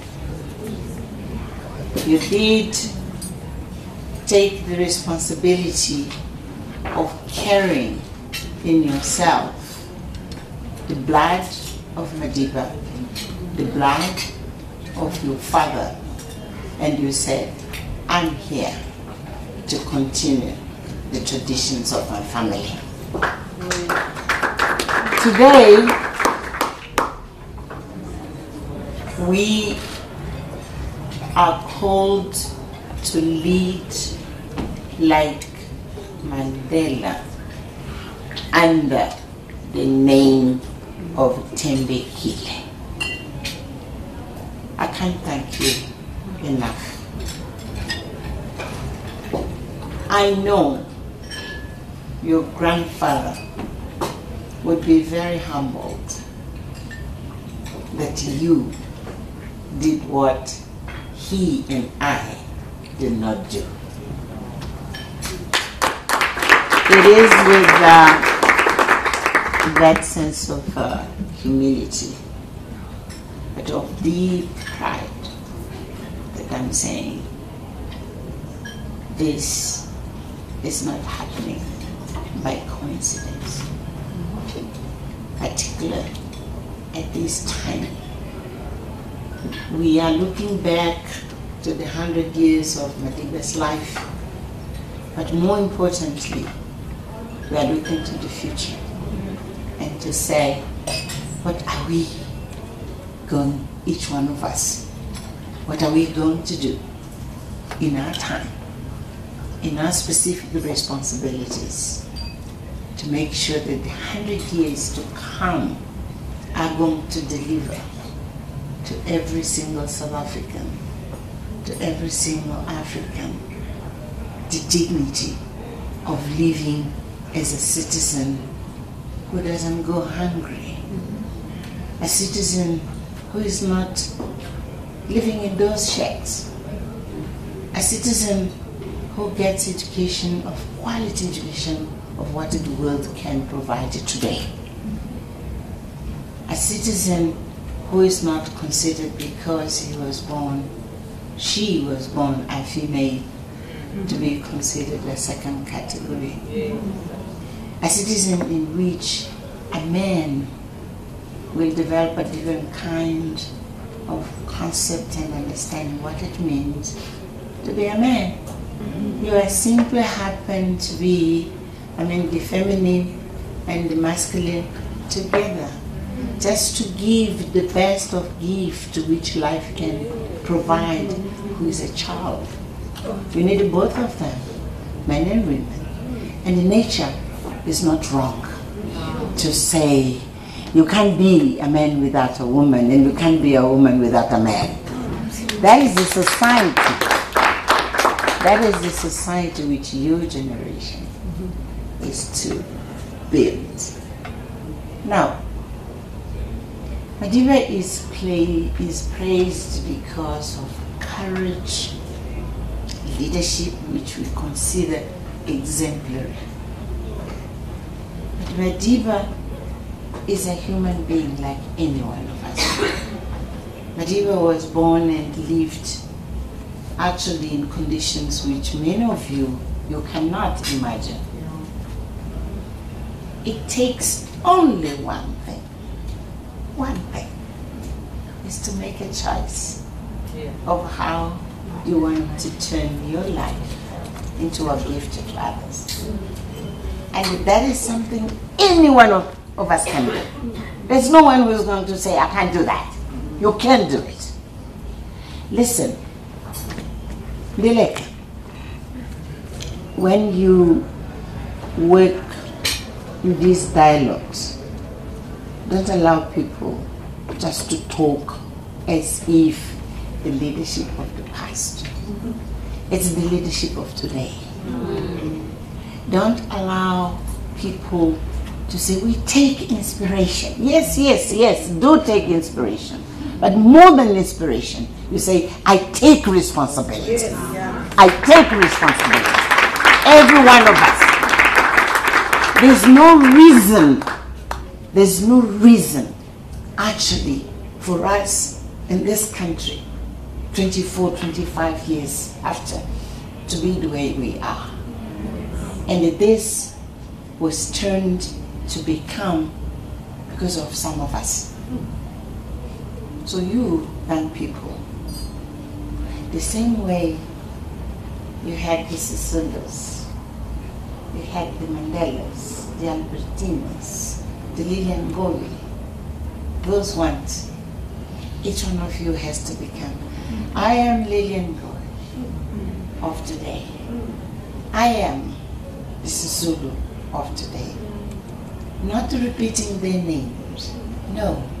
You say, I'm Joanna, I'm Mary, I'm John, I'm Peter, but I am the transformer of the realities in which my country, my continent, and the world is. This is what you are saying.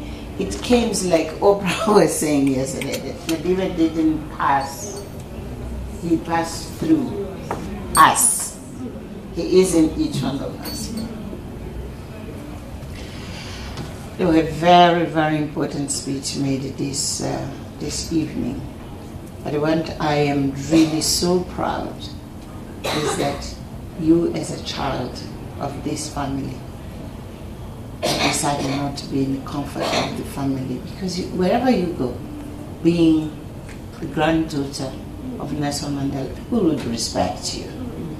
People will love you because they see in you, you know, those children who sacrifice, as you quite rightly put it, because you didn't enjoy him while you were a child, okay? So you could take it for granted that I am in a society which will respect, will love me. You're going to be loved and respected out of what you're going to do about this foundation.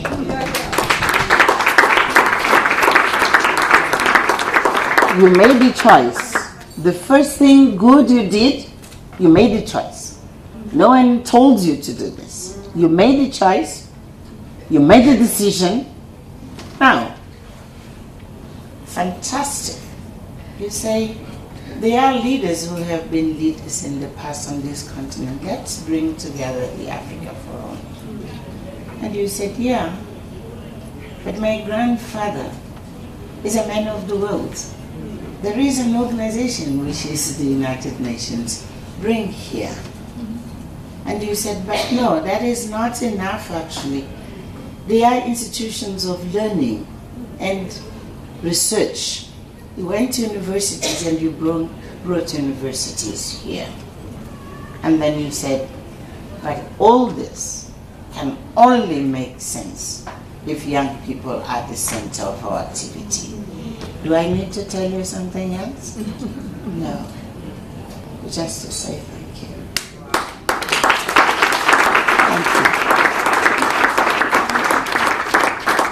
Thank you. Now, we have been invited to make a commitment. This is really serious. Those things which are they are very serious. I was looking and said to myself, what am I going to pledge to do here? And I looked and said, I'm not sure whether I can provide mentorship. I'm not even sure whether I can provide training. or can give financial support, networking, and so me, I'm within the other support. You know why it is there? I am in that group of the other support. And what is my other support to you, darling? I have learned along my long life also how to bring people together. I know that. I don't want to be shy, and I know to do that. I have learned also, you know, to build institutions. I look back and I can say, yeah, these are the kind of things I contributed to build as institutions. So it's not here. But I'm going to help you to bring people together, and I'm going to work with you to build your foundation. Wow. Because it's an institution. And I'm saying this because any one of us, you don't have only to commit to this. No, it's not. What is important is you are coming to December 2018. There has been so much talk about Mandela, Mama Sisulu, all along these 12 months of 2018. People, 2019, really, it's time to work. Let's go back to the basics.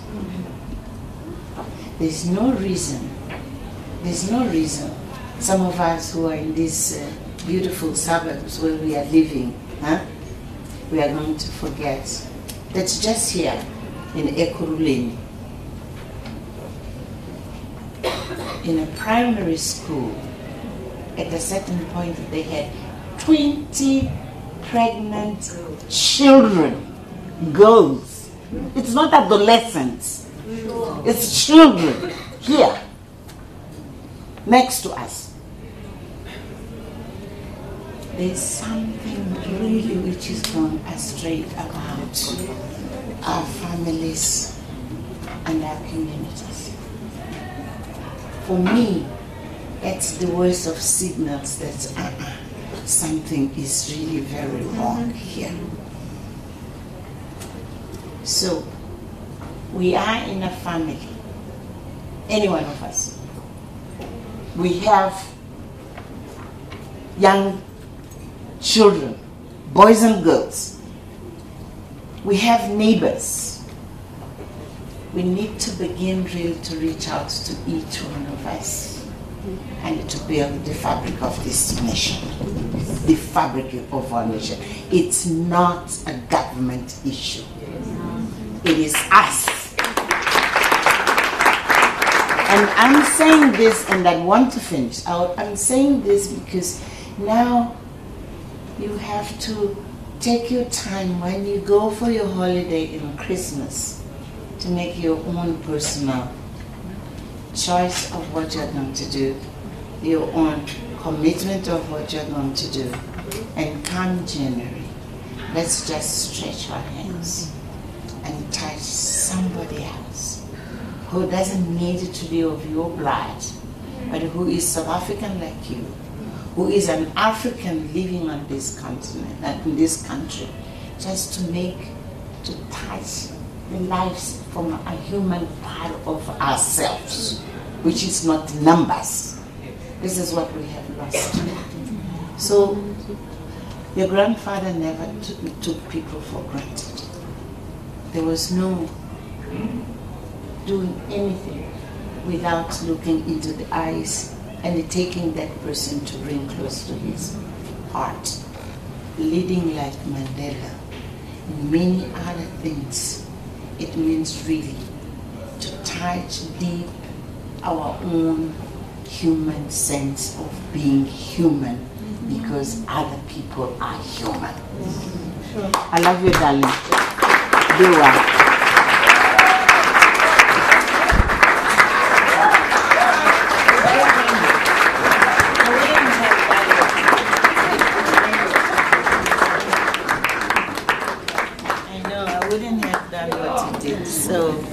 I'm very humble, and I'm being humble myself together with Madiba. Thank you, my love.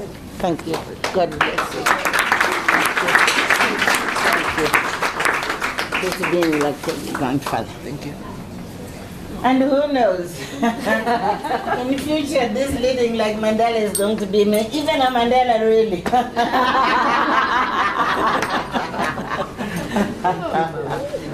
A Mandela, yeah, that's good. Mayor Mana, I'm standing here to finish what you started. To say thank you. No.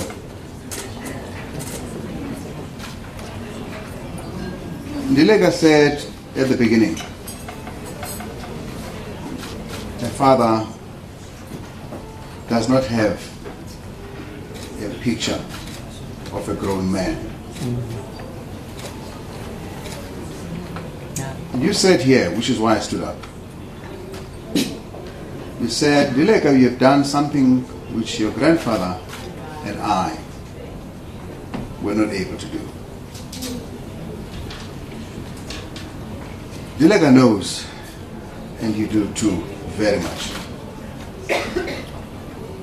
that your husband, Ndilega's grandfather, never got over the loss of his son. He went to his grave grieving the loss of Tembegile. What Ndilega has done on the occasion of Madiba's centenary celebration is to say, I give you a son. Who forgive. Oh! There couldn't have been a better birthday present. So what we're doing here is to say to Madiba,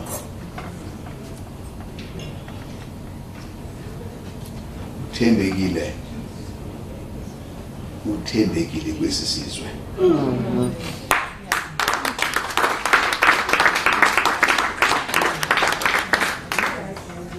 Through this girl. And if we believe that there was anything that was worthwhile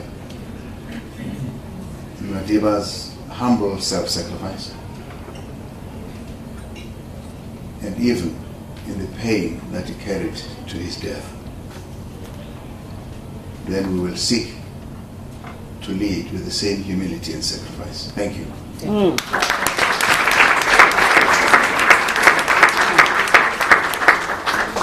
Wanyama ziyakuma, Zulu liyazongoma, mkhange, sithi mazela thole. Aw!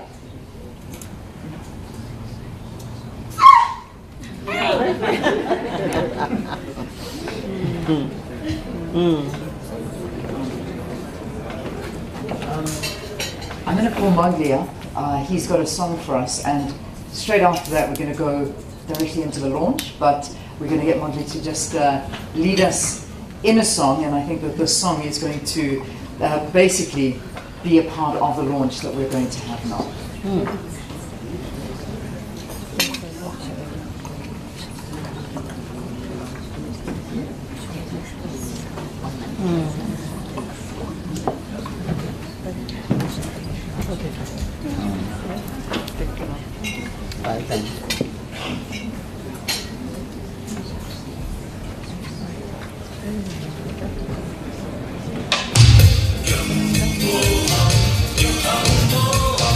Getting more, I'm getting more.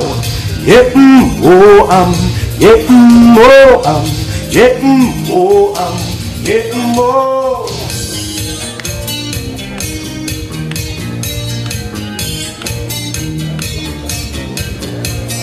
My sun's sinking low, scatterlings and fugitives, hooded eyes and weary brows seek refuge in the sky. They are the scatterlings of Africa, each and every one On the road to Kalamanda, where the world began. I love the scatterings of Africa, both you and I. In their hearts a burning hunger, beneath the copper sun. Oh, I'm getting more, I'm getting more, I'm getting more, getting more, I'm getting more, I'm getting more, I'm getting more.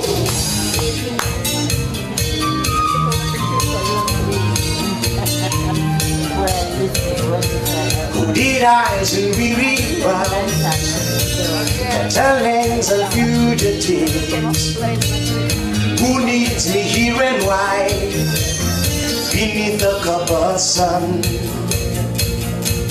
African ideas, African ideas, makes the future clearer, makes the future clearer. And we are scatterings of Africa, both you and I.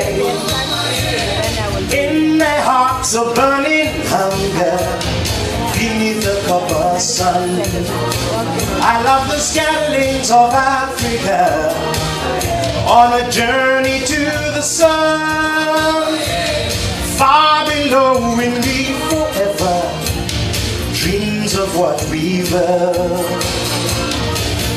Getting more, I'm getting more, I'm getting more, I'm getting more, I'm getting more, I'm getting more, I'm getting more, I'm getting more. Scatterings of Africa,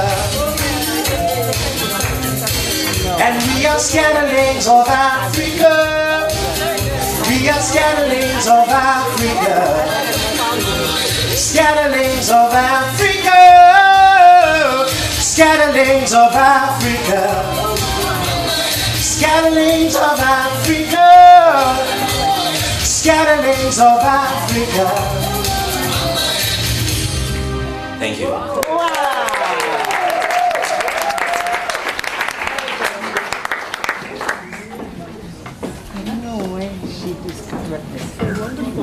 Wow, thanks, Monday.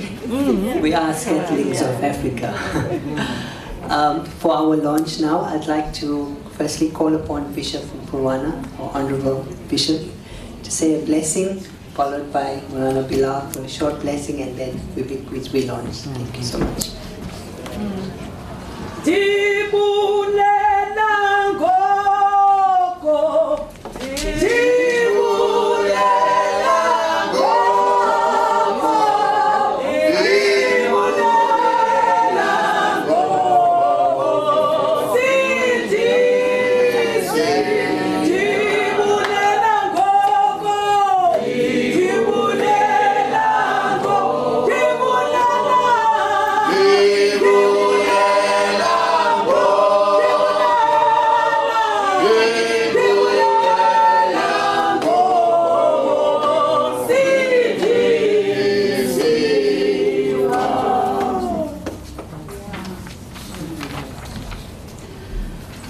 Holy God, you created each one of us according to your image.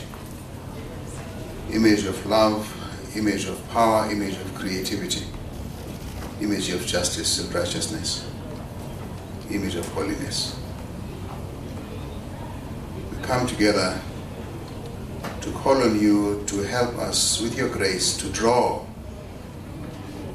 on that heritage so that going into the future, we may not only seek to lead like Mandela, but also in the humility of his life, draw on the same heritage that we may be a blessing to others.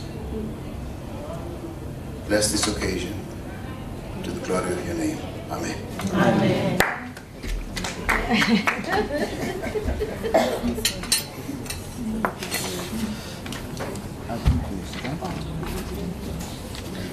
Good evening. I don't think I have a beautiful voice as the person who just came before us.